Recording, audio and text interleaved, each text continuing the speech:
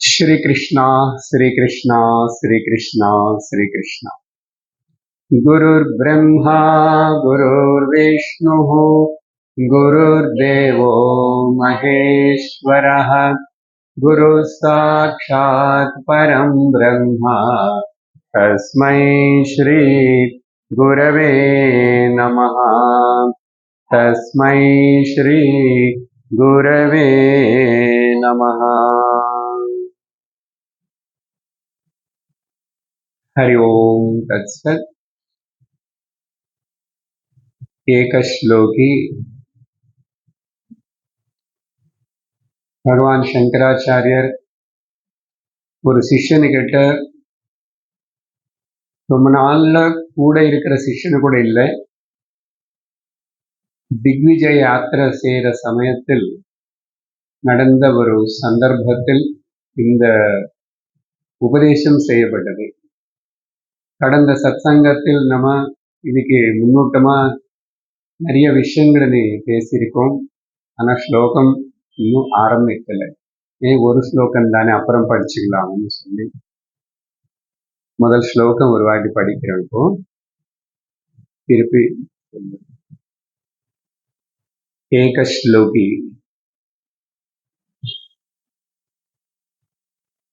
किं ज्योतिस्तव भानुमान हनिमे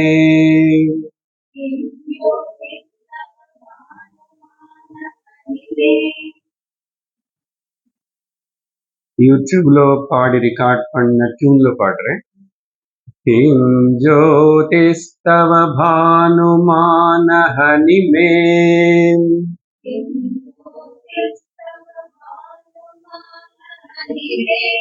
रात्रौ प्रदीपादिकम्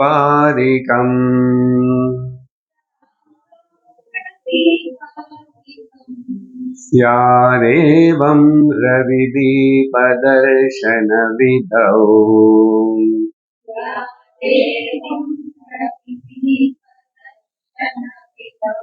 किं ज्योतिराख्याहिने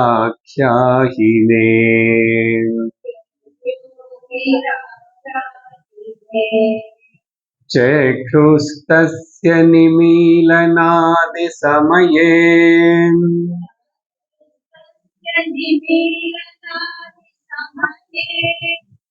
किं दीप्तियो दर्शने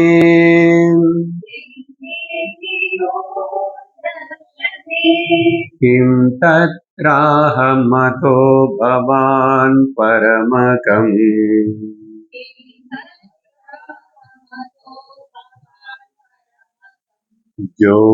ज्योतिस्तदस्मि प्रभो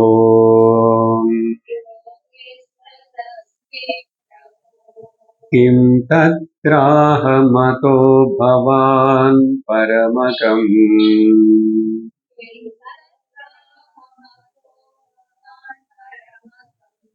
ज्योतिस्तदस्मि प्रभो।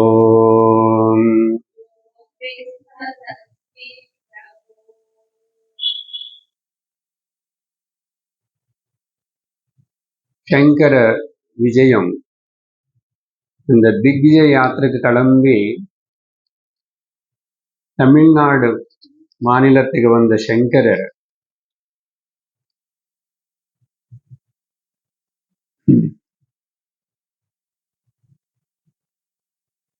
மத்தியார்ஜுனம் அப்படின்னு சொல்லப்படுற ஒரு ஊர், ஒரு இடம்,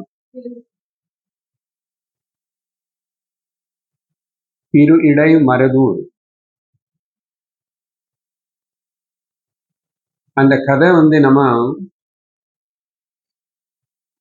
சங்கர விஜயத்திலோ சங்கர சரித்திரத்திலோ பார்த்தோம்.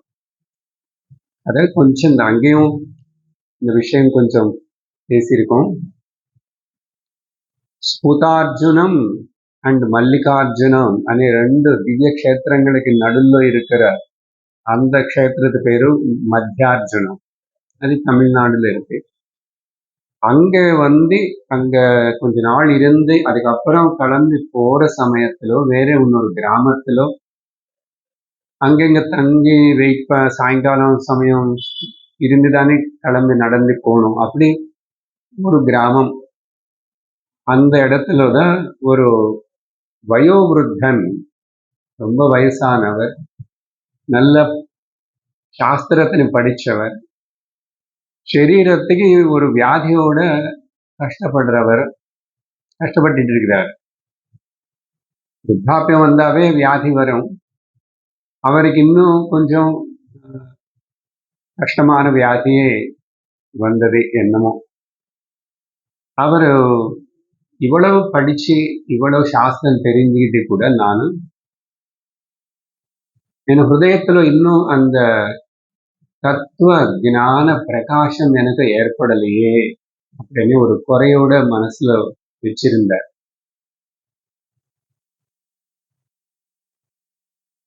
சங்கரர் அந்த ஊருக்கு அப்படி அந்த பக்கம் வராருன்னு தெரிஞ்சு போய் சங்கரனை சந்திச்சு அவர்கிட்ட கேட்கணும் அப்படின்னு சொல்லிட்டு வந்தார். வந்ததுக்கு அப்புறம் சங்கரர்கிட்ட ரொம்ப துக்கத்தோட, ஏன்னா சரீரம் முடிய மாட்டேங்குது, ஆனா உள்ள சாஸ்திரம் எவ்வளவு படிச்சு அந்த சாஸ்திரத்துல சொன்ன அந்த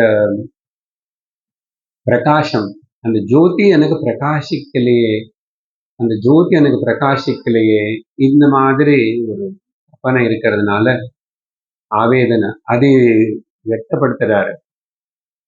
அப்படியே கேட்கிறாரு,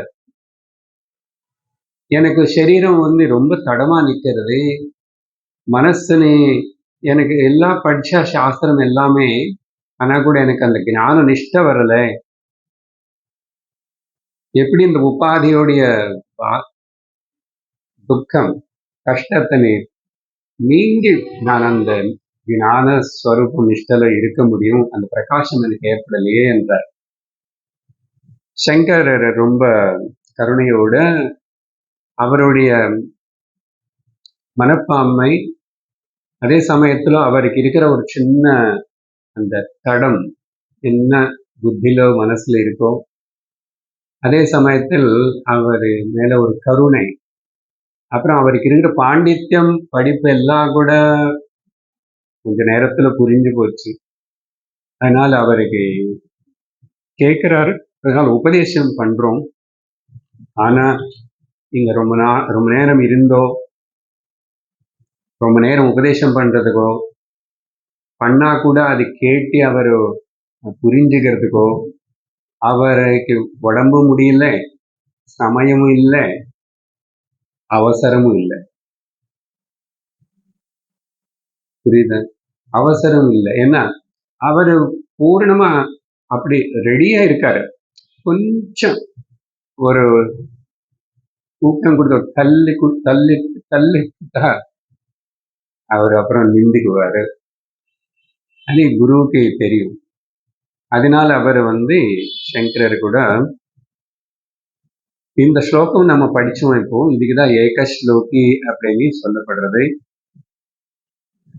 இந்த ஒரு ஸ்லோகம் கூட வேண்டாம் అనేది சொன்னா, அன்னைக்கு சொன்னா நானும் 2 அக்ஷரத்திலேயே, ஒரு அக்ஷரத்திலேயே சத்தியத்தினை சொல்லலாம், ஆனா புரியுமா என்ன அப்படின்னு நான் எல்லாம் சொல்லியிருக்கேன். இல்ல மகா வாக்கியம் எடுத்துக்கிட்ட 2 வார்த்தைகள் கூட மகா வாக்கியம், 3 வார்த்தைகள் கூட மகா வாக்கியம், 2 3 கூட வேண்டாம், ஒரே 1 3 வார்த்தைகள், ஒரே வார்த்தை போதும். இந்த நானே வார்த்தை போதும், அதுதான் சத்தியம். குரு நீ என்ன, அதேதான், நீதான் சத்தியம், நீ த சத்தியம், இவ்வளவு கூட சொல்ல வேண்டியதில்லை. சொன்னா அப்புறம் 3 வார்த்தைகள் இருக்கிற தத்துவமசி மகா வாக்கியம் ஆயிடுது. அந்த தத்துவமசி மகா வாக்கியம் தான் குரு ரொம்ப திறமை இருக்கிற அந்த சிஷ்யனுக்கு காட்டி கொடுத்த தெரிஞ்சுக்கிறான், கிரகிச்சுக்கிறான். அதுதான் இந்த ஏக ஸ்லோகில நடந்த விஷயம். இது ஸ்லோகமா அவர் சொல்லல சங்கரர்,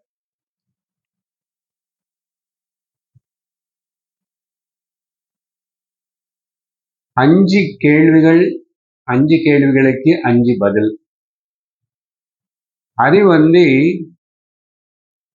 கேட்ட பக்கத்துல இருக்கிற சிஷ்யர்களோ இல்ல அந்த பண்டிதரோ கொஞ்சம் என்ன சங்கரர் திரும்பி அங்க இருக்காரா, அந்த பண்டிதரை திரும்பி அது மனனம் பண்ணி நிதித்தியாசனமா நினைச்சு ஒரு ஸ்லோகமா பண்ணி விட்டுட்டாரா, இல்ல பக்தர்கள் இருக்கிற சிஷ்யால அதுக்கப்புறம் அப்படியே அது மறுபடியும் அவங்களும் ஞாபகம் வச்சுக்கிட்டு இது இப்படி ஒரு ஸ்லோகமா அமைச்சு வச்சா சுலபமா இருக்கு. இப்போ பாடுறதுக்கு எவ்வளவு காதுக்கு இனிமையா இருந்தது இல்லையா? ஆனா அது பாடலுக்காக அப்படி பாடினது தவிர அது அந்த பிரிக்கும் போது எல்லாம் தப்பு தப்பு. அது தப்பு தப்புன்னா பிரிக்கிறதுக்கு வாய்ப்பு இல்லை. சம்ஸ்கிருதம் எப்படி எடுத்து எப்படி படிச்சாலும் கரெக்டு தான். நாம நிற்கிற இடம் பாதி பதில் பாதி கேள்வி, அந்த கேள்வி கொஞ்சம் எல்லாம் கொண்டு பாடுறதுக்கு சௌரியம் பண்ணிக்கிட்டோம். அப்பதான் மனப்பாடம் பண்ணி அதுக்கப்புறம் நீ திரும்பி அதி முக்கியமான ரொம்ப சிறந்த சக்தி வாய்ந்த நிதித்தியாசன ஸ்லோகம். நமக்கு தொடர்ந்து 2 நாளும் அந்த நிதித்தியாசன விஷயமே பேசுறதுக்கு சந்தர்ப்பம் ஏற்பட்டது. அதனால ராமாயணம் போல பாகவதம் போல கதை சொல்ல முடியாது. கதைன்னா இவ்வளவுதான். சங்கரர் அந்த வயசான ஒரு பண்டிதர் அவருக்கு சொல்லி கொடுத்தா மத்தியார்ஜுனம், அந்த இது எவ்வளவுதான் கதை. ஆனா அந்த சந்தர்ப்பம் பார்த்தீங்கன்னா ரொம்ப ஆச்சரியம் தானே. அதுக்குதான் சொன்னாங்க, அந்த சந்தர்ப்பத்தில் அந்த சமயத்தில் அவருக்கு பெரிய உபதேசம் தேவையில்லை, ஆனா கேட்டதுனால இவ்வளவு சொன்னா போதும் நினைச்சார் ஆச்சாரியர். அவர் கிரகிச்சுவார். ஸோ இது 5 கேள்விகள் 5 இப்படி இருக்கு. தத்துவம் தத்துவம் சத்தியம் சத்தியம்னு சொல்லி இப்படி நீங்க அடிக்கடிக்கு சொல்றீங்க சாஸ்திர விஷயம். அது தெரிஞ்சுக்கலன்னு என்ன ஆகும்? இப்போ நல்லா போச்சு அப்படின்னு கேள்வி வர்றதுக்கு சான்ஸ் இருக்கு. ஏன்னா நாங்க இவ்வளவு நாள்ல கேட்டுட்டு இருக்கிறோம், அவருக்கு ஒரு ஸ்லோகமே ஒரே ஒரு சன்னிவேசம், ஒரே ஒரு மீட்டிங், அது அப்படி முடிஞ்சு போச்சு கதை. அதான் வேற எல்லாருக்கும் அப்படி முடியாதனால காரணம் என்ன அப்படின்னா, பொதுவா பெரும்பாலும் நிறைய பேருக்கு சீக்கிரமா சட்டுன்னு ஞானம் ஏற்படுறதில்லை. விஷயம் தெரிஞ்சது போல் இருக்கும், ஞான நிஷ்டை வருதில்லை. சம்சாரமனே வியாதி எல்லோருக்கும் இருக்கு. அதனால அங்க வயசானவர், அவருக்கு உடம்புக்கு முடியல, அவருடைய கதை என்ன இப்ப சொன்னோம். அவரு கூட எவ்வளவோ வருஷம் எவ்வளவோ படிச்சு, நாம எங்க அவர் படிச்ச படிப்புல அவர் சின்ன வயசுல சாஸ்திரம் படிச்சிருப்பாரு, வேதாந்தமும் அப்புறம் படிச்சிருப்பாரு, வாழ்க்கையில எவ்வளவு அனுபவம் பட்டிருப்பாரு, தெரியும். பட் அவருக்கு கூட கடைசியில இன்னும் அந்த உபாதினால ஏற்படுற அந்த தொந்தரவுனை தாண்டி நான் ஞான நிஷ்டவான் ஜீவன் முக்தன் ஆயிட்டேன் అని சொல்லி அவருக்கு அந்த கான்பிடன்ஸ் கன்ஃபர்மேஷன் வராதனால தானே சங்கரர்கிட்ட கேட்கிறார். இல்லைன்னு எதுக்கு சங்கரர்கிட்ட வரணும்? நம்மளு கூட எனக்கு அப்படிப்பட்ட ஞான நிஷ்டை ஏற்பட்டு எனக்கு சம்சார தொல்லையவே இல்லை அப்படின்னு சொல்லிட்டு அந்த நிಶ್ಚಲ ஸ்திதியில జీవన్ముక్తి స్థితిలో என்ன நிச்சல தத்துவே ஜீவன் முக்தி அன்னார்ல சங்கரர் ரகுகோவிந்தர் இருக்கேன்னு சொன்னா இங்க வர அவசியம் இல்லை.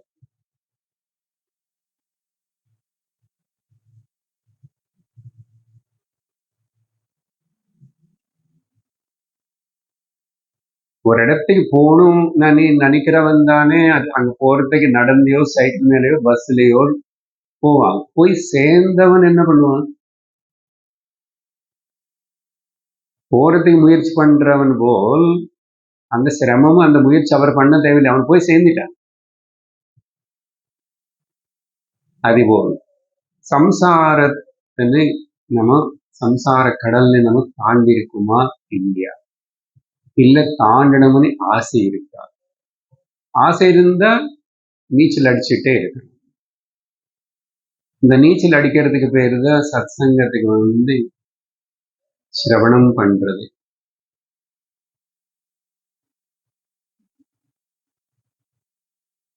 நீச்சல் உயிர் இருக்கிற வரைக்கும் பண்ணணும். இல்ல நடுவுல போய் சேர்ந்துச்சான்னாலும் நீச்சல் பண்ண வேண்டாம், ஆனா அதுலயே நிக்கணும், சாஸ்திரத்திலே இருக்கணும்.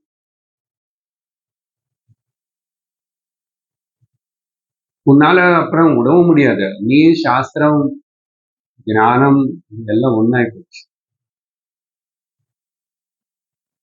அதனால என்ன சொல்லிட்டு இருக்கு, சம்சாரம் அనే வியாதி தானி பாதிக்கிறது.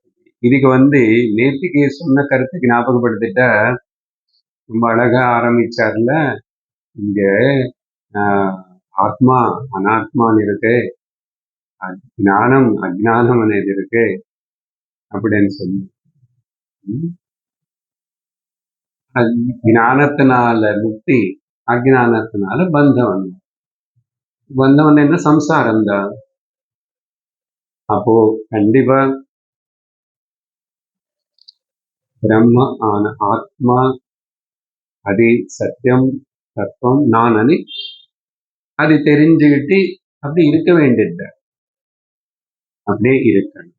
அதனால சம்சாரத்துடைய தொந்தரவு கூட நமக்கு இருக்கே, இதுல இருந்து வெளியே வரணும்னு ஒரு ஆசை இருக்கணும். அப்பதான் இந்த வித்யா வேலை பண்ணும்.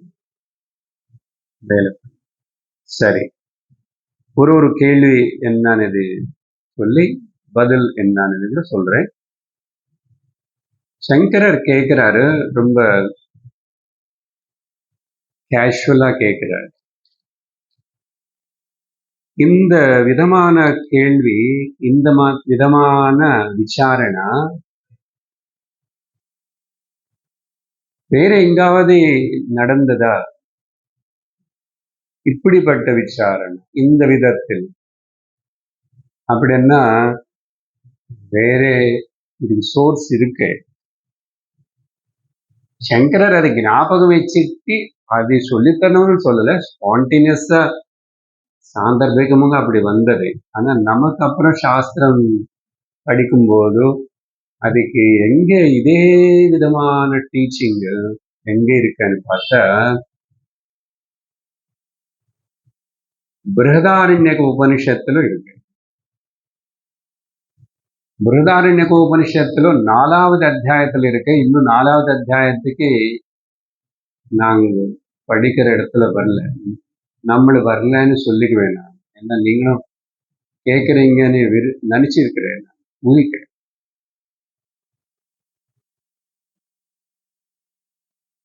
நேரா வந்து கேட்கலன்னா இப்போது 3வது அத்தியாயம் தான் பிருஹதாரண்யகம் போயிட்டு இருக்கு.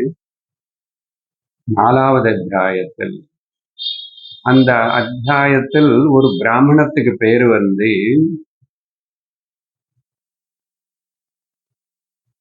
ஸ்வயம் ஜோதி பிராமணம். ரொம்ப அழகான பேரெல்லாம் வரும் பிருஹதாரண்யகத்தில். இப்போ இந்த வாரம் போன வாரம் பேசிட்டு இருக்கிற பிராமணம் வந்து அந்தர்யாமி பிராமணம். இது வந்து ஸ்வயம் ஜோதி பிராமணம். அங்க சிஷ்யனான ஜனகர் வந்து யாக்ஞவல்கர்கிட்ட கேட்கிறாரு, இது ஒண்ணுதான் அந்த வித்தியாசம். இங்க பொதுவா கேள்வி சிஷ்யனு கேட்கணும், குரு பதில் சொல்லணும். ஆனா இங்க உல்டாவா இருக்கு. சங்கரர் கேள்வி கேட்கிறாரு, குரு சிஷ்யன் பதில் கொடுக்கிறாரு. வித்தியாசம் நல்லா இருக்கு. அஷ்டாவக்ர கீதா எல்லாத்துலயும் ஜனகர் கேள்வி கேட்கிறாரு, அஷ்டாவக்ரர் பதில் கொடுக்கிறார்.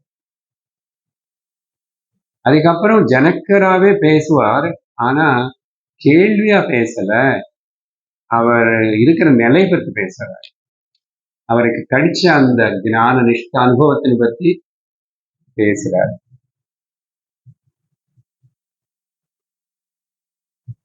அங்க என்ன பேசப்பட்டதனேது நான் அது நம்ம 5வது கேள்வி கேட்ட வரும்போது சொல்லுவேன். ஜஸ்ட் ஒரு சூச்சனை கொடுத்தவங்க, சரியா?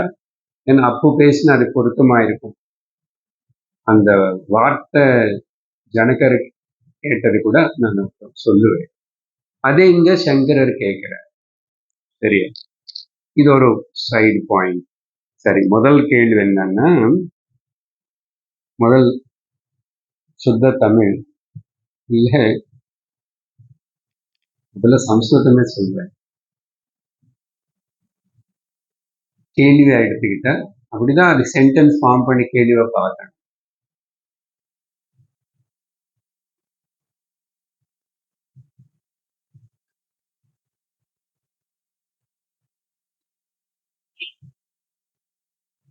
हे भवान् किं ज्योतिः तव अहनि? சங்கரனுடைய கேள்வி. பகவான் நிறைய இடத்துல ஒரு சிஷ்யன் ஆனாலும் பெரியவங்கன்னு இருந்தாலும் சில வாட்டி ஹே தாத்த, மை டியர் சைல்டுன்னு, ஹே சௌமியா இப்படியெல்லாம் அட்ரஸ். ராமர் லக்ஷ்மணన్ని கூட்டாக మిత్రన్ అన్నారు, అపరను తాత అన్నారు. அதே போல் இங்க ஹே பகவான், வயசுல பெரியவங்களா இருந்தா கூட பகவான் கூப்பிடலாம். குருன்னு இல்லை சாட்சாத் பகவான நினைச்சிருக்கும், ஹே பகவன்.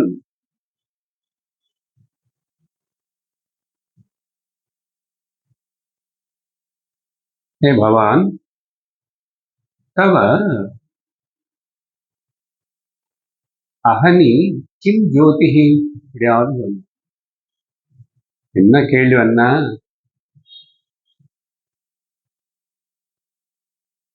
பகல் நீங்க விவகாரம் எல்லாம் பண்ணிட்டு கண்கள் திறந்து அப்படி இல்லை வேலை செய்யும் போதும் செஞ்சிட்டு இருக்கும் போதும் பகல்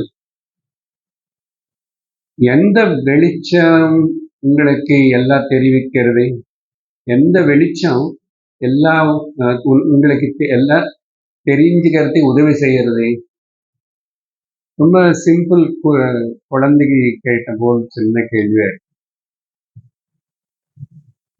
சும்மா சிம்பிள், ரொம்ப கேள்வி புரிஞ்சுதா? அதுக்கு பதில் சொல்றார், நானா? எனக்கா? மே அகனி ஜோதி அனுமான். சம்ஸ்கிருதம் எனக்காக பேசுகிறேன். எனக்கு பகல் எல்லாம் தெரிஞ்சுக்கிறதுக்கு அந்த வெளிச்சம் கொடுக்கிறது சூரியன்.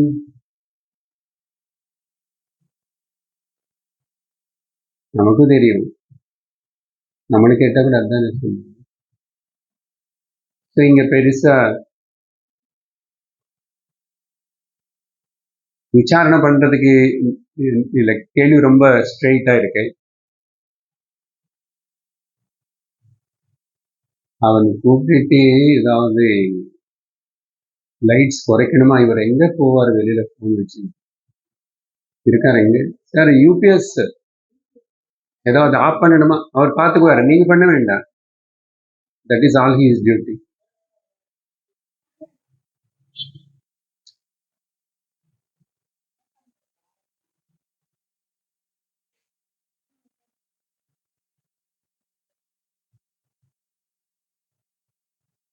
இல்ல யூபிஎஸ் ஆன் ஆயிடுச்சு, பரவாயில்லையா? இல்ல தட் இஸ் ஓகே, அதை ஒன்றும் ஆகாதுன்னு நான் ஓகே.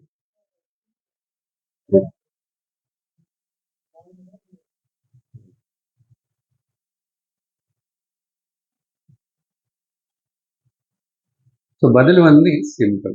ஆனா இங்க நம்ம కొంచెం చింతిக்கணும். இப்போ வெளிச்சம் అనేది வந்து கண்ணுக்கு தானே, ஏன்னா அவர் பார்க்கறேன்னு கேட்டாரு, அதனால பார்க்கறது అనేది கண்ணுனால செய்யறோம். அதனால வெளிச்சம் வந்து உதவி செய்யறது வர்ண ரூபங்களுக்கு பார்க்கறது, கரெக்டா? பட் வந்து கண்ணு வேலை இல்லைன்னு வச்சுக்கோங்க, கண்ணு வேலை இல்லை, கண்கள் இல்லை ஒருத்தனுக்கு. మరి அவனு கூட எழுந்துச்சு அவன் ஏதோ பண்றான் இல்லையா? அப்போ அங்கே வந்து சப்தம் காதுனால கேட்டுக்கிட்டு, ஸ்பர்ஷனால தொட்டுட்டு, ஏதோ ஒரு இந்திரியத்தில் உபயோகப்படுத்துறாரு. அப்போ அங்க இந்த கேள்வி சரியா இருக்காது இல்லையா? அதெல்லாம் எக்ஸ்ட்ரா நம்ம திங்க் பண்ணணும். ஸோ மொத்தத்துல இந்திரியங்கள் இருக்கணும், இந்திரியங்கள் வேலை பண்ணணும், இந்திரியங்களுக்கு உதவி செய்யறதுக்கு முக்கியமா கண்ணுனால, கண்ணுக்கு சூரியன் பதில். எனக்கு கேட்ட கேள்வி பகல் எதனால எந்த வெளிச்சம் ஜோதின்னு கேட்டார். அந்த ஜோதி வார்த்தை கூட ரொம்ப முக்கியம். காரணம் என்னன்னா, அந்த பெரியவர் கூட கேட்டாரு, எனக்கு அந்த பிரகாசம் ஏற்படலையே, அந்த ஜோதி எனக்கு எப்போ பிரகாசம் ஆகும்? நம்ம கூட சாஸ்திரம் படிக்காத வரைக்கும், புரிஞ்சுக்காத வரைக்கும் ஆத்மான்னு என்னமோ வெளிச்சம், ஒரு ஜோதி தலைக்குள்ள இருக்குமா, ஹிருதயத்துல இருக்குமா, தலைக்கு பின்னாடி இருக்குமா, தலைக்கு மேல இருக்குமா, இப்படிதான் இப்ப கூட அப்படிதான் ஊகிப்போம்.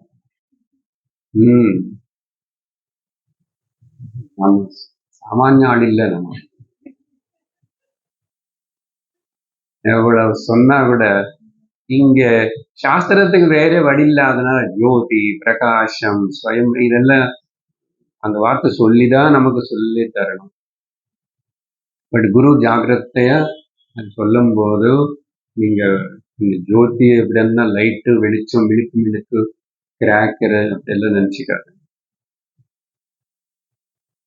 நமக்கு தெரிஞ்ச ஜோதிக்கு அந்த ஜோதிக்கு சம்பந்தம் இல்லை. அப்பயே ஜோதின்னு கூப்பிடுறாங்க, அதான் கதைக்கு வரும் சொல்லு. சரி, கேள்விக்கு பதில் கரெக்டா கொடுத்தாரு, very good. Okay, good mark. 5 கேள்விகள் இல்லையா? 5, 20, 100 மார்க் வச்சு 20 மார்க். அதுக்கப்புறம் சரி, அது அப்படி இருக்கட்டும். அதே ராத்திரோ கிம் ஜோதிஹி தவா, அதே ராத்திரியான இருட்டான என்ன ஜோதி வெளிச்சத்தினால நீங்க தெரிஞ்சுக்க முடியறது அப்படின்னு 2வது கேள்வி கேட்கிறார். அப்ப அதுக்கு அவர் பதில் சொல்றாரு, கேள்வி ஆக்சுவலி இவ்வளவு இல்ல, சென்டென்ஸ் நான் வாக்கியமா ஃபார்ம் பண்ண. ராத்திரம்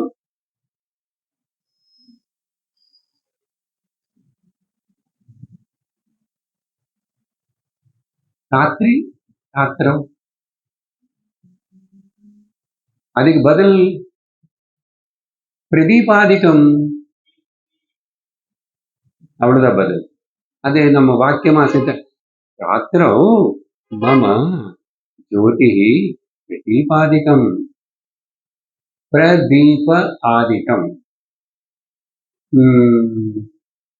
ராத்திரி சமயத்துல கொஞ்சம் நல்ல பிரகாசம் கொடுக்கறது சூரியன் போல் இல்லைன்னா கூட சூரியனிಂದ வாங்கின அந்த வெளிச்சத்தை கொடுக்கிற சந்திரனு இல்லை நான் வீட்டுல ஏற்றி வச்ச விளக்கு தீவட்டி அந்த காலத்துல முதலான இந்த முதலானதுல சந்திரனும் நட்சத்திரங்களும் எதுக்குன்னா சந்திரன்னா அந்த பௌர்ணமி வரத்துக்கு கொஞ்சம் கொஞ்சம் கொஞ்சம் கொஞ்சம்னா சந்திரன் வளர்ந்துட்டு இருக்கும்போது நமக்கு வெளிச்சம் நல்லா தெரியும் இல்லையா. அந்த பௌர்ணமி அன்னைக்கு எந்த ஊரு லைட் இல்லைன்னா கூட தெரு அந்த ஊரு செக்கு மரம் எல்லாமே வீடு அங்கிருந்தே தெரியுது இல்லையா. ஆனா அமாவாசைன்னு வச்சுக்கோங்க, அமாவாசை இந்த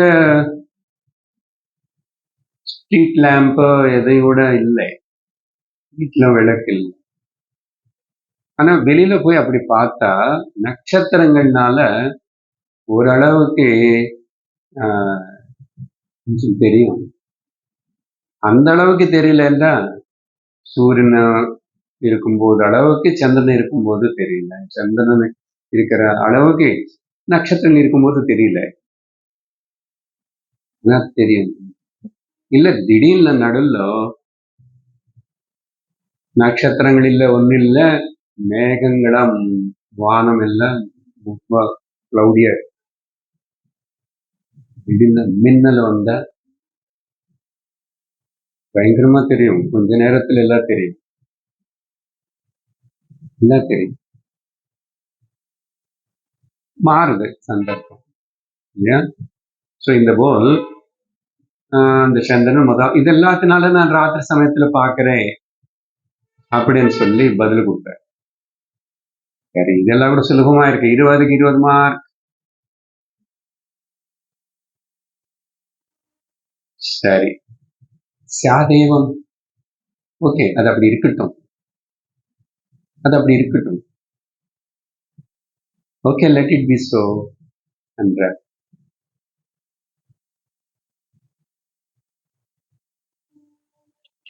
அப்புறம் சாதேவ் ரவி தீப தர்ஷன விதோ இந்த சூரியனு சந்திரனு தீபம் இது எதுவுமே இல்லை அப்படின்னா நான் பகலும் பத்தி கேட்கல, ராத்திரி பத்தியும் கேட்கல. அதெல்லாம் பகலுக்கு ராத்திரி சேர்ந்தது தானே. இல்ல பகல் ராத்திரி, சரி, அதுதான் கரெக்ட். சூரியனால வெளிச்சத்துல பார்த்த, சந்திரனால வெளிச்சத்துல இது பார்த்து அது பார்த்தான்னு இல்லையா. அதெல்லாம் இருக்கிற அந்த சமயத்தில் பார்க்கறது ரவி தீப தர்ஷன. அந்த அந்த சந்தர்ப்பத்தில் அந்த சூரியன் இருக்கானே, சந்திரன் இருக்கானே, சந்திரனுடைய வெளிச்சம் இருக்கானே, அந்தந்த விளக்கு சந்திரனும் சூரியன் கிம் ஜோதிஹி ஆக்யாஹிமே, யாருக்கு தெரிஞ்சது சூரியன் இருக்கா, சூரியன் வெளிச்சம் இருக்கு, சந்திரன் இருக்கா, சந்திரன் வெளிச்சம் இருக்குன்னு சொல்லி ரவி தீப தர்ஷன விதோ தவ ஜோதிஹி கிம் ஆக்யாஹிமே, எனக்கு சொல்லு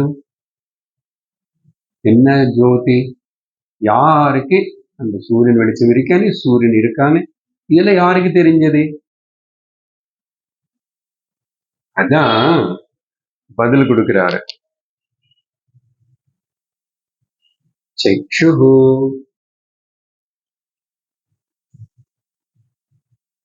மம சக்ஷு மே சக்ஷு, என்னுடைய கண்கள்,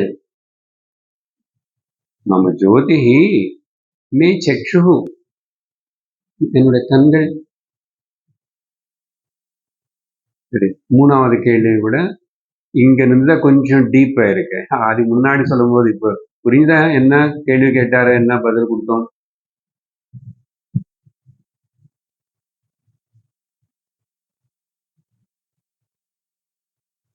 சந்திரன் வெளிச்சத்துல ஏதாவது பார்க்கணும்னாலும், சூரியன் வெளிச்சத்துல ஏதாவது பார்க்கணும்னாலும், இந்த லைட் வெளிச்சத்துல இப்ப நீங்க என்ன பார்க்கணும்னாலும் எப்படி பார்க்கறீங்க? எப்படி தெரிஞ்சுக்கிறீங்க? கண்கள்னால. பாத்தீங்களா? இப்ப அந்த முதல்ல ஒரு டவுட் வந்துச்சே, இந்த காது விஷயம் எடுத்துட்டேன். கண்கள் இருந்தாதான் இங்க பார்த்து இந்த ஜோதியா அதுல ஆக்சுவலா ஒர்க் பண்றது வந்து கண்கள். அது என்ன, கண்கள் இல்லாம வெளிச்சம் இருக்கு, சூரியன் இருக்கு, என்ன பிரயோஜனம்? இல்ல, கண்கள் இருக்கு, ஆனா வெளியில அது சூரியன் இல்ல, எந்த வெளிச்சம் இல்ல, அப்போ நீ பார்க்க முடியல. ஆனா இப்ப அடுத்த கேள்வி கொஞ்சம் டீப் ஆயிருக்கும். அடுத்த கேள்வி டீப் ஆயிருக்கும். 4வது கேள்வி, சரி குட், 60 மார்க் வாங்கிட்டேன் நீ. 3 கேள்விகளுக்கு பதில் சொல்லிட்டு. சிம்பிள் கேள்வி. இப்ப சொல்லு. தஸ்ய நிமீலனாதி சமயே கிம்? தஸ்ய நிமீலனாதி சமயே கிம் ஜோதிஹி தவ? கண்கள் மூடிட்டா, இப்பதான் விஷயம். கண்கள் மூடிட்டா, நிமீலனம் கண்கள் மூடி இருக்கிற சமயத்திலும் உனக்கு எந்த ஜோதினால நீ தெரிஞ்சுக்கிற? நமக்கு இங்க முதல்லயே என்ன கேள்வி சார் இது? கண்கள் மூடிட்டு எப்படி தெரியும்? மத்து தெரியும். இங்க 3 விதமா சொல்ற பாரு. இப்போ நீ என்ன பாக்குறேன்ல, நான் பேசுறது கேட்கறேன்ல,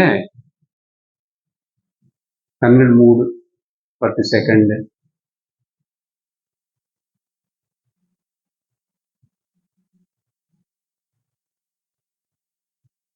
கண்கள் தொடங்கும். என்ன பார்த்தீங்க அப்படி நான் கேட்டா, சில பேர் என்னையே மனசுக்குள்ள பார்த்திருப்பீங்க, கண்களுக்கு முன்னாடி பார்த்திருப்பீங்க. சில பேர் ஏதோ கொஞ்சம் வெளிச்சம் ஏதோ பார்த்திருப்பீங்க. சில பேர் திடீர்னு இந்த டியூப்லைட் பக்கத்துல இருக்கிற அப்படி ஏதோ அப்படி தெரிஞ்சிருக்கு. இல்ல, கண்கள் மூடின உடனே என்னோட சமையல் ரூம் தான் வந்துச்சு முன்னாடி. ஏன்னா அடுத்த பிசினஸ் அதுதானே.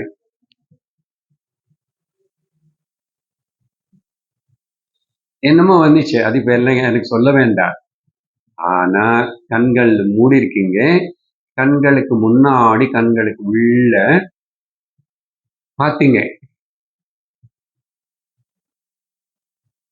அந்த பாக்குறத நேரே கண்கள் மூடி இருக்கும் போது முடிச்சிருக்கிறோம், தூங்கில்ல. கண்கள் மூடுறதுல 3 விஷயம் இருக்குன்னு சொன்னா இல்லையா? ஒண்ணு வந்து முடிச்சிருக்க, கண்கள் மூடிட்டேன். கனவு காண்ற, கண்கள் மூடி இருக்கேன். தூங்கிட்டு இருக்கேன், கண்கள் மூடி இருக்கேன். இந்த 3க்கு நம்ம விசாரணை பண்ணணும். அங்க ஒன்னும் காணுமே, அங்க காணாத.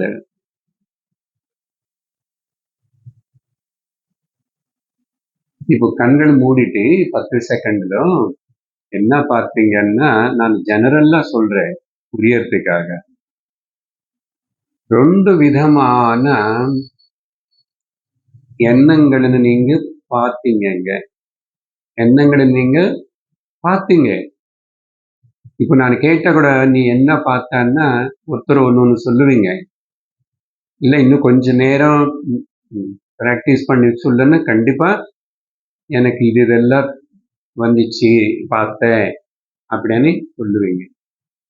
அந்த கண்களுக்கு முன்னாடி முடிச்சிருக்கும் போது கண் மூடிட்டு இருந்தா அது இருட்டா இருந்து போல இருக்கலாம். சில பேர் நான் இருட்டுன்னு பார்த்தேன் சொல்லலாம்.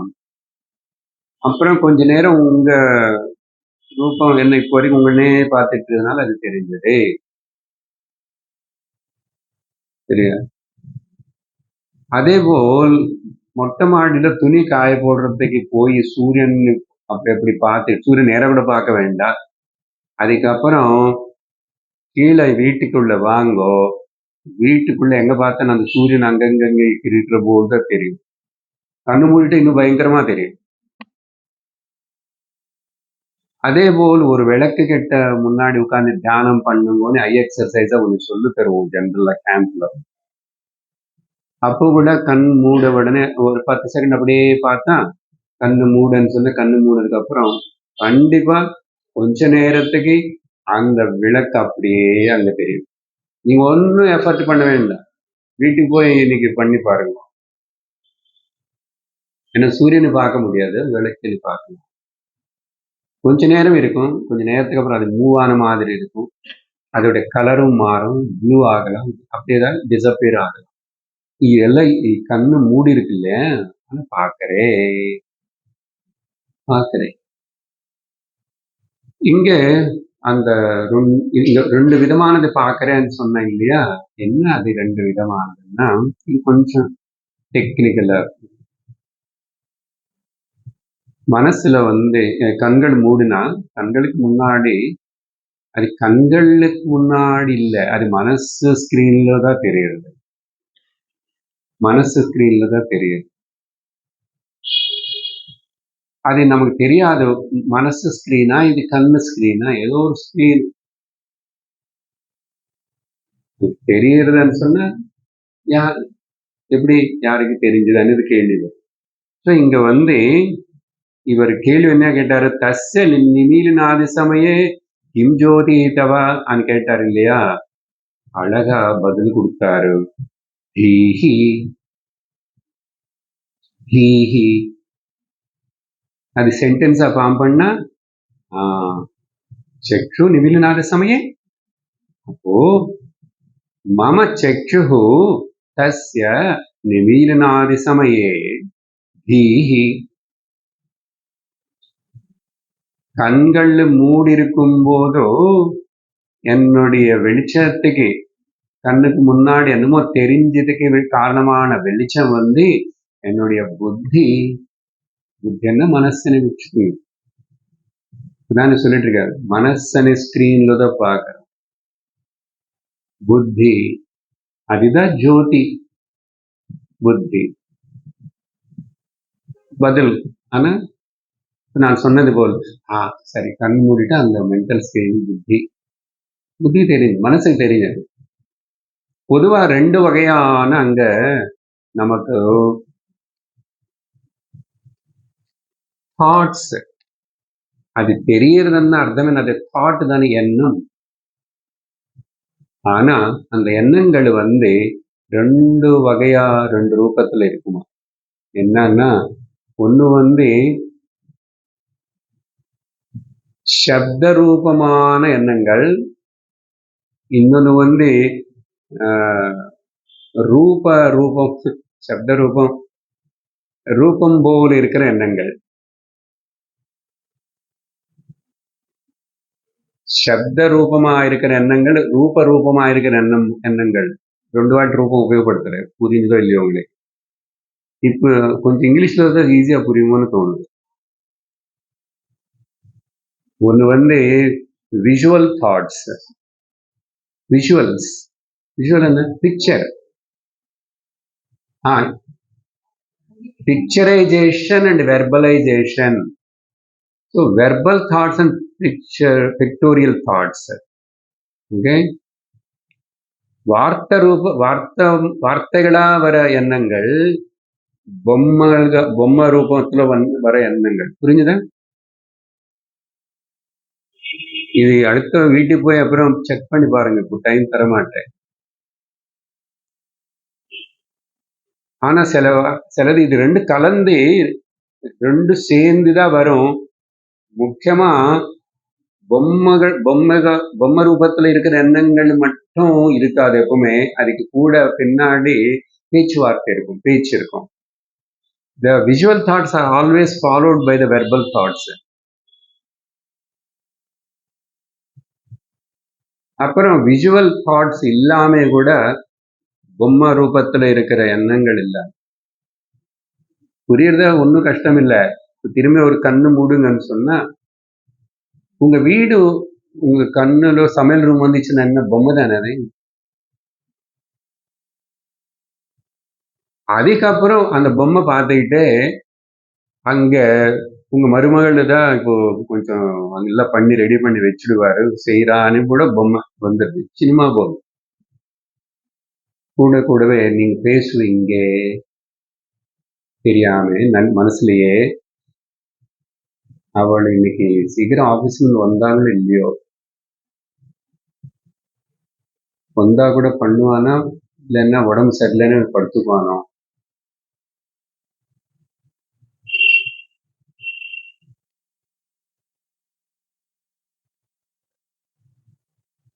வீட்டுக்காரன் வந்து நான் போறதுக்கு முன்னாடியே இன்னைக்கு சீக்கிரம் வந்துருவாரு பசின்னு சொல்லி ஏதோ ஒன்றும் நீங்களே கேள்வி கேட்டுட்டு நீங்களே பேசுவீங்க, நம்மளே கேள்வி கேட்டுக்கிட்டு நம்மளே பேசுற இந்த உள்ள பேச்சுவார்த்தைக்கு பேரு ஷார்ட்டர் பாக்ஸ் சொல்ல லக்கி అని ఇంగ్లీష్లో அவனு பெரிய ஒரு வார்த்தை சொல்லுவான். இது நம்மளுக்கு நம்மளே பேசிக்கிறது. ఇది ஒரு நாளையிலோ நம்ம ஒருத்தரும் எக்கச்சக்கமா பண்றோம். இப்போ நான் பேசும்போதே நீங்க இதுக்கு பதிலா மனசுல இதுக்கு ஆன்சர் கொடுத்துட்டு இது கரெக்ட் தான் இவர் சொன்னது நான் எப்படி கவனிக்கலையே இப்படி நீங்க பேசுறீங்க. கண்டினியூஸ் கான்ஸ்டன்டா செல்ஃப் ஷார்ட்டரிங் போயிட்டே இருக்கும். அதுக்கப்புறம் இப்போ நடந்து வீட்டுக்கு போக போறீங்களே, போகும்போது பாருங்க ஏதோ ஒன்று பேசிக்கிட்டே இருப்பீங்க, பக்கத்துல யாரும் இல்லை. அப்போ எல்லோரும் நமக்கு உள்ளக்குள்ள ஏதோ ஒன்று பேசிக்கிட்டே இருக்கிறோம். மென்டல் போல் மென்டல் வந்தவன் வந்து அவன் உள்ளே வச்சுக்க முடியாம வெளியில பேசுவான். நம்மள வந்து உள்ளக்குள்ள பேசுறோம். அதனால ஒரு விதமா எல்லோரும் மென்டல் தான்.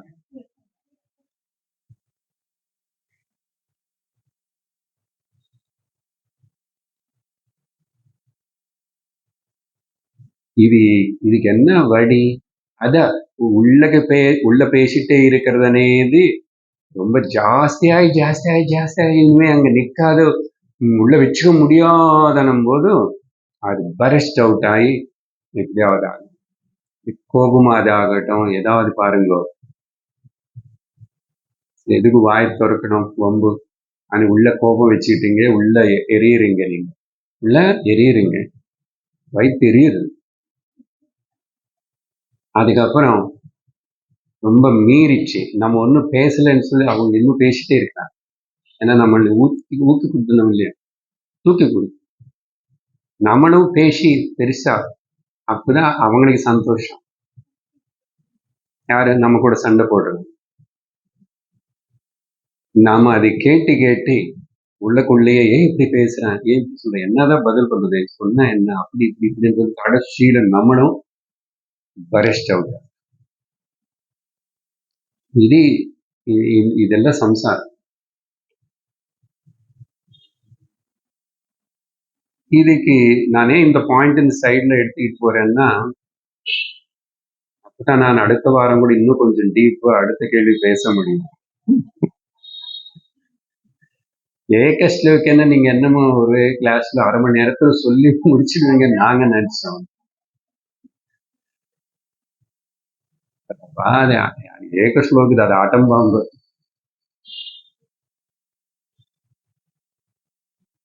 அப்படி பேசுறதுக்காக இல்லை விஷயம்,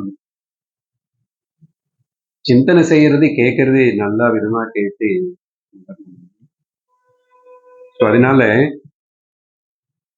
அந்த வெர்பல் விஷுவல் ஆர்ட்ஸ் இதெல்லாம் வந்து இதுக்கு ஒரு ரெமிடி என்ன, அடுத்த ஞான விஷயம் அது விட்டு போறோம். இது நிறுத்துறதுக்காகதான் நமக்குள்ளேயே தேவையில்லாம பேசிட்டே இருக்கிறோம். தேவையில்லாம அந்த தேவையில்லாம சிலது imagination, over imagination, exaggeration, negative imagination and positive imagination. ரெண்டு இமேஜினேஷன் தான் ஊகிக்கிறதா. சிலது பாசிட்டிவா இமேஜின் பண்ணி அதையும் ப்ராப்ளம் கொடுக்கும். பாசிட்டிவ் இமேஜினேஷன்னா உடனே அந்த ஊகா போகலன்னு வெளியே வந்த உடனே இங்கெல்லாம் தலைகீழ நிக்கிறது வச்சுக்கோங்க. அப்செட். நான் எவ்வளவு ஊகிச்சேன், பத்தி எவ்வளவு நினைச்சேன் அப்படின்னு. சரி, ரொம்ப நெகட்டிவா நினைச்சிட்டே இருந்தா உள்ளுக்குள்ளேயே டிப்ரெஸ் ஆகி அப்படியே அதையும் கவலை, பயம் எல்லாம் வரும். ரெண்டுமே ப்ராப்ளம் தான். அதனால்தான் சும்மா இருன்னு சொன்னாங்க. இருக்க முடியாது. இப்போ தெரியறது இல்ல. எவ்வளவு சாதனை பண்ணணும், எத்தனை வருடங்கள் பண்ணணும், எத்தனை ஜன்மங்கள் பண்ணணும். ஒரு ஸ்லோகம் ஒரு கொஞ்ச நேரத்துல சொல்லிட்டு போயிட்டாரு.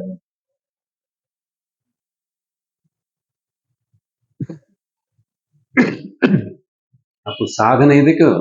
இத்தனை சாதனை எதுக்கு? பகவத்கீதை அவ்வளவு பேசுனது எதுக்கு? இவ்வளவு உபனிஷத்து எதுக்கு பேசுறது? பக்குவப்படுத்துகிறது.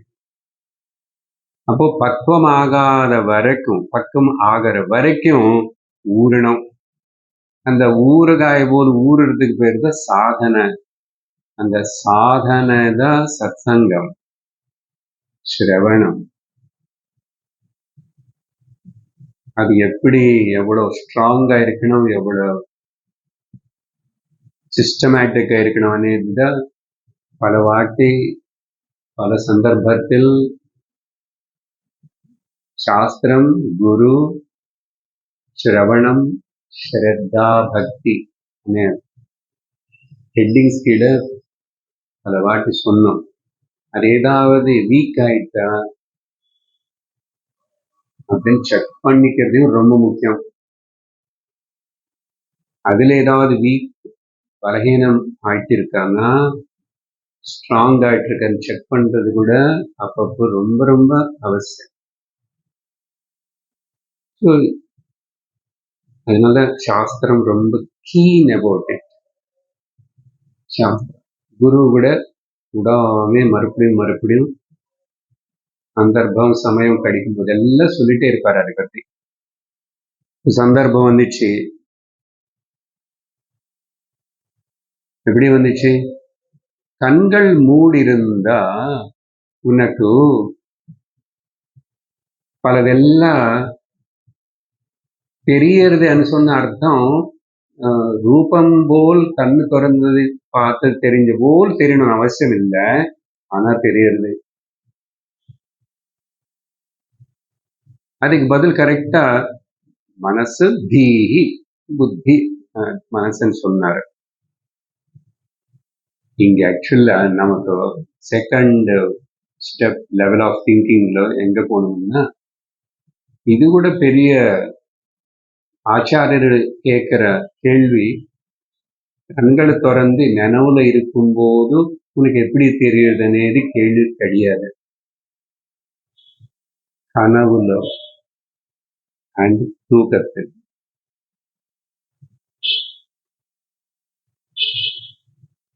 அது விசாரணை பண்ணலன்னா 5வது கேள்வி அதுக்கு பதில் சும்மா அப்படி சொல்லிட்டு போகணும், நமக்கு பிரயோஜனப்படாது.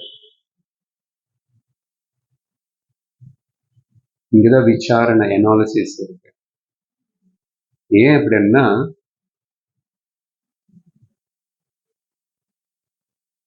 அடுத்த கேள்வியில இது கனவு வரைக்கும் பொருத்தமா இருக்கு. இப்போ இந்த கேள்விக்கு இந்த பதில். பட் நினைவு பத்தி மட்டும் இல்ல. அது கனவுல என்ன கனவுல எல்லாமே சூரியனே, சந்திரனே, இருட்டு, நட்சத்திரம், விளக்கு எல்லாமே நிஜமா அங்க இல்லை. ஆனா நிஜமா அங்க இல்லைன்னா கூட எல்லாத்தையுமே யாரோ உருவாக்கிட்டு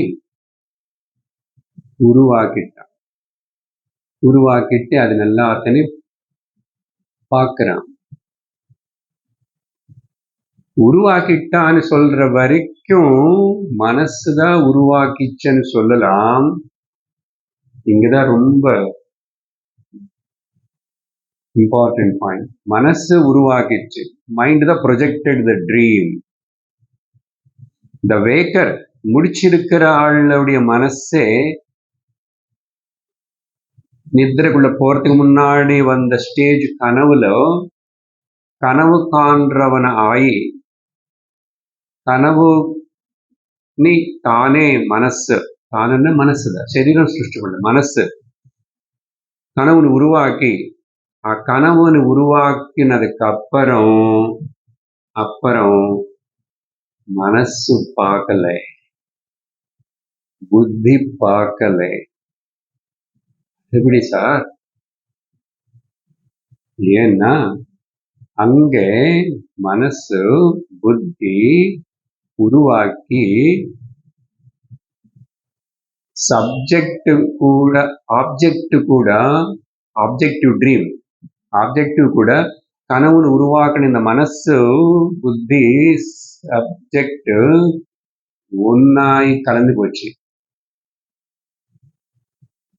ஜாகிரதை கிரகிக்கிறதுக்கு முயற்சி பண்ணும்போது தமிழ்ல தான் சொல்லிட்டு இருக்கேன். மனசு உருவாக்கிச்சு, கனவுன்னு ப்ரொஜெக்ட் பண்ணிச்சு.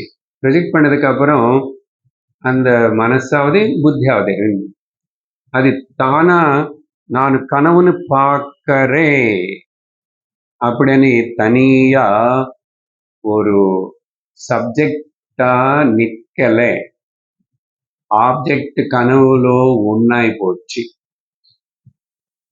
அது எப்படி ப்ரூவ் பண்ணுவீங்கன்னா, இப்போ நான் பேசுற இந்த இது அடுத்த கண்டினியூஷனும் எல்லாமே கூட மாண்டூக்கியத்திலோ கௌடபாதர் செஞ்ச விசாரணை.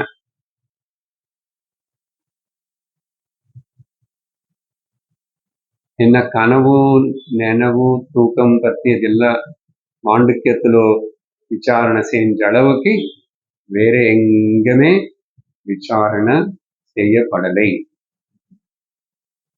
உங்களுக்கு அதுல இருந்து சுலபமா கருத்துக்கள் சொல்றேன். நீங்க நிறைய அதை பத்தி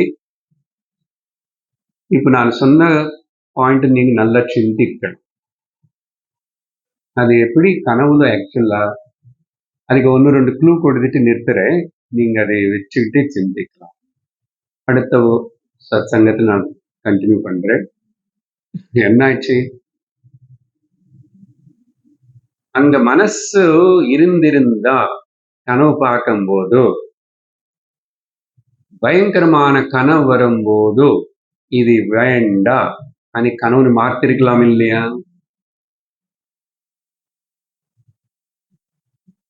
நல்ல கனவு வந்துட்டு இருக்கும் போதோ நான் தான் ப்ரொஜெக்ட் பண்ணேன். நினைவுல நானே ஒரு சேனல் ஆன் பண்ணா நல்ல டான்ஸ் டிராமா ஏதோ ஒன்று எனக்கு பிடிச்சது. சமையல் பண்றது கூட இருக்குல்ல, அதுவும் சேனல் அதை ஆன் பண்ணேன். எனக்கு பிடிச்சது பார்த்துட்டே இருக்கிறேன். பார்த்துட்டதுக்கு அப்புறம் நடுவில் ஏதோ அட்வர்டைஸ்மெண்ட் வந்துச்சு, இல்லைன்னா அது முடிஞ்சு போச்சுன்னா என்ன பண்ணுவேன்? I have the free will. எனக்கு ஃப்ரீ வில் இருக்கு. ஃப்ரீ வில்லுக்கு என்ன தமிழ்ல? மதி. மதியா விதியான்றல ஃப்ரீ வில்லுக்கு மதிதான் பேர். என்ன யாரும் சொல்ல மாட்டேங்க. ஃப்ரீ வில்லுன்னா மதி.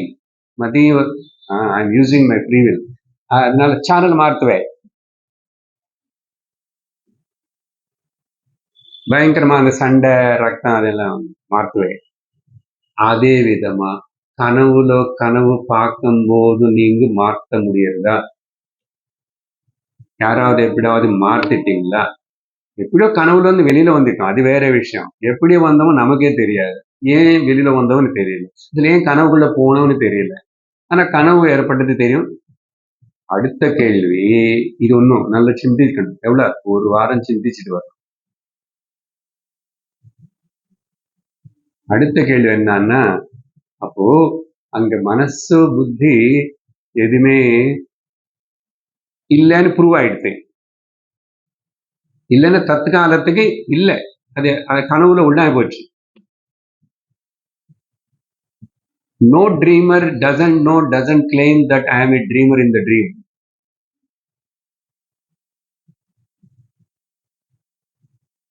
ரெண்டாவது விஷயம் என்ன சிந்திக்கணும்னா, அப்போ முடிச்சு எழுந்திரிச்சதுக்கு அப்புறம் கனவு எப்படி மெமரியில ஞாபகம் இருக்கு?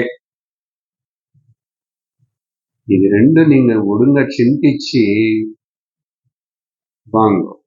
அப்போ அடுத்த சத்சங்கம் இதெல்லாத்தையும் கூட சேர்ந்து 5வது பதில் அப்புறம் என்ன ஆயிடுச்சுன்னு சஸ்பென்ஸ்.